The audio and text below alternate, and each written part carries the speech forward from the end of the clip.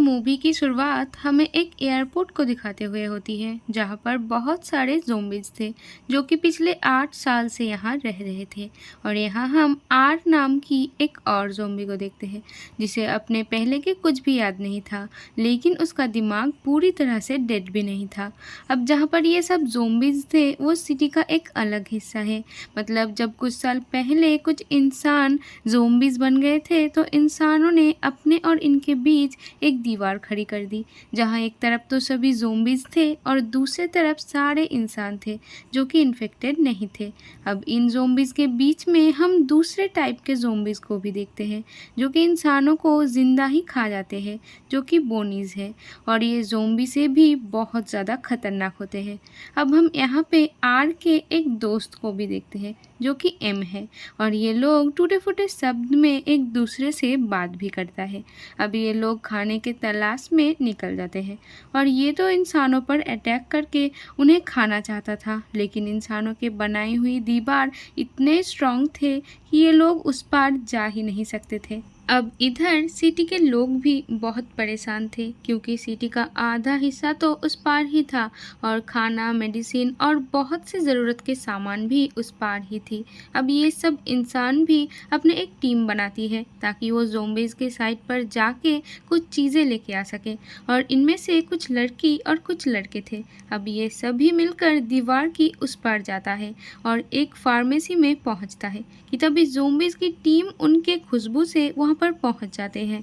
इधर ये लोग अपना ज़रूरी सामान इकट्ठा करने लगते हैं। ठीक तभी ये लोग को कुछ गड़बड़ लगता है तो वो चेक करने के लिए आगे बढ़ता है कि तभी ज़ोंबीज़ इन पर अटैक कर देते हैं। अब ये लोग भी इनके ऊपर फायरिंग करने लगता है कि तभी आर की नज़र जूली पर पड़ती है जो कि इस मूवी की मेन कैरेक्टर है। अब आर उसे काफ़ी अच्छे से देखने लगता है और याद करने की कोशिश करता है कि शायद इसके साथ आर का कोई मेमोरीज जुड़ा हो, लेकिन आर को तो अपने पास्ट का कुछ भी याद नहीं है। ठीक तभी जूली की टीम का एक आदमी आर पर गन पॉइंट करता है, लेकिन आर उसे मार डालता है, उसका ब्रेन खा लेता है क्योंकि इससे उसे पास्ट की चीज़ें याद आता है और उसे अब पेरी की मेमोरीज भी याद आती है जिसमें वो जूली को देखता है। अब वो जूली के पास जाता है और जूली उस पर एक चाकू मारता है, लेकिन इससे आर को तो कुछ भी नहीं होता। अब वो जूली के पास जाके उसके ऊपर अपना ज़ोंबी वाला ब्लड लगा देता है ताकि कोई भी ज़ोंबी को ये बात पता ना चले कि वो एक इंसान है। और फिर आर जूली को ज़ोंबीज़ के बीच में से बचाकर निकाल के ले आता है और फिर आर जूली को एक प्लेन के अंदर ले आता है और उसकी बहुत केयर करती है। लेकिन जूली तो उससे बहुत ज़्यादा डर रही थी क्योंकि जो भी हो आर है तो एक ज़ोंबी ही। तो आर अब प्लेन से बाहर आ जाता है।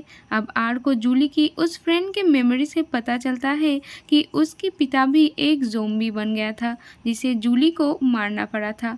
अब आर समझ जाता है कि जूली उससे क्यों डर रहा है। अब नेक्स्ट डे जूली आर की नज़र से बच के बाहर भागती है, लेकिन कुछ ज़ोंबीज़ तो उसके पीछे ही पड़ जाती है। अब वो प्लेन के नीचे जाके छुप जाती है कि तभी वहाँ पर आर भी आ जाता है और वो उसे सिखाती है कि अगर उसे ज़ोंबीज़ से बचना है तो उसे उनके जैसे ही चलना होगा। और अब जूली भी ज़ोंबीज़ की तरह ही चलने लगती है और कोई भी ज़ोंबीज़ को ये नहीं लगता कि वो एक इंसान है। और अब ये लोग फिर से प्लेन के अंदर आ जाता है। अब जूली यहाँ पे खाना खाता है और उसे लगता है कि आर बाकी ज़ोंबी से अलग है और वो उसे कोई भी नुकसान नहीं पहुँचाएगा। इधर हम आर को देखते हैं जो अब थोड़ा थोड़ा बोलने भी लग गया था और वो जूली को समझाने की कोशिश करता है कि उसका नाम आर है। अब जूली आर से कहता है कि मुझे यहाँ से जाना है, तो आर कहता है कि अभी बाहर बहुत सारे ज़ोंबीज़ हैं और वो तुम्हें यहाँ से जाने नहीं देंगे। और अब ये लोग अच्छे से यहाँ पे रहने लगता है और आर जूली को ड्राइव पे भी ले जाता है। लेकिन एक रात जूली प्लेन से भाग जाती है और वो ज़ोंबीज़ के हाथ लग जाती है और वो ज़ोंबीज़ में आर का फ्रेंड एम भी था। अब वो जूली पर अटैक करता उससे पहले ही वहाँ आर आ जाता है और जूली को बचा लेता है। लेकिन तभी वहाँ पर बोनीज़ आ जाते हैं जो कि इंसानों को मार कर खाना चाहते थे। अब आर जूली को लेके वहाँ से भागने लगता है, लेकिन वहाँ पे और भी ज़ोंबीज आके उन पर अटैक करने लगता है। ठीक तभी वहाँ एम गाड़ी लेके आ जाता है और वो उन्हें गाड़ी में बिठा के एक और जगह पे ले आते हैं जहाँ बहुत से ज़ोंबीज उन्हें घेर लेता है। लेकिन जब आर और जूली आगे बढ़ता है तो ज़ोंबीज उन्हें कुछ भी नहीं करते और अब जूली और आर एक कार में बैठकर वहाँ से निकल जाते हैं। लेकिन रास्ते में बहुत ज़्यादा बारिश होने लगता है और जूली आर को एक घर में रुकने के लिए कहता है। अब ये दोनों एक घर के अंदर जाते हैं। अब रात में उन्हें घर के बाहर से गाड़ियों की आवाज़ आती है और वो गाड़ी पुलिस वालों की ही होती है और उनके साथ जूली के फादर भी थे जो कि आर्मी कर्नल थे और ये लोग जूली को यहाँ पर ढूंढने के लिए आए थे। लेकिन जूली उनके पास नहीं जाती क्योंकि फिर उसके पिता आर को मार देंगे, जो कि जूली नहीं चाहती थी। अब बातों ही बातों में आर जूली को बताती है कि उसकी टीम मेंबर पेरी को उसने ही मारा था। तो जूली बहुत ज़्यादा दुखी होती है और चुप करके सो जाती है। अब हम देखते हैं कि आर ज़ोंबी बनने के इतने साल बाद पहली बार सोता है और उसे ख्वाब भी आता है और वहाँ वो जूली को भी देखता है। अब जब आर नींद से जागता है तो वो जूली को नहीं देख पाती, तो वो परेशान होकर उसे ढूंढने लगता है और देखता है कि कार भी नहीं है। तो वो समझ जाता है कि जूली जा चुकी है और अब वो दुखी होकर जाने लगता है। और यहाँ हम देखते हैं कि आर पहले से थोड़ा तेज़ चल रहा था क्योंकि उसकी बॉडी में चेंजेस हो रहा था जैसे कि इंसानों में होते हैं। फिर आर एम से मिलता है और उसे सब कुछ बताता है कि उसमें चेंजेस होने लगा है। इधर जूली भी अपने फादर के पास पहुंच जाती है। इधर एम आर को बताता है कि बॉनीज उसे खोज रहा है और वो आर को बताता है कि हमारी यादें भी वापस आ रहा है। आर समझ जाता है कि अब वो लोग भी इंसान बन रहे हैं। अब आर सभी को जूली की फ़ोटो दिखा के उसे खोजने की हेल्प मांगता है। अब सभी जूली को ढूंढने के लिए सिटी की तरफ जाने लगता है।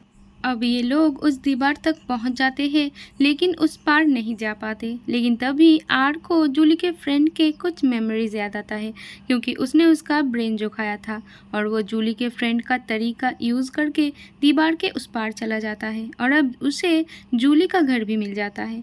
तो वो उसके घर के नीचे जाके खड़ा हो जाता है। अब जूली उसे देखता है और उसे घर के अंदर ले जाता है। अब जूली अपने फ्रेंड के साथ मिलकर आर का मेकअप करती है और अब आर भी इंसानों की तरह ही दिखने लग गया था और वो जूली को बताते हैं कि अब सारे ज़ोंबीज इंसानों में बदल रहे हैं।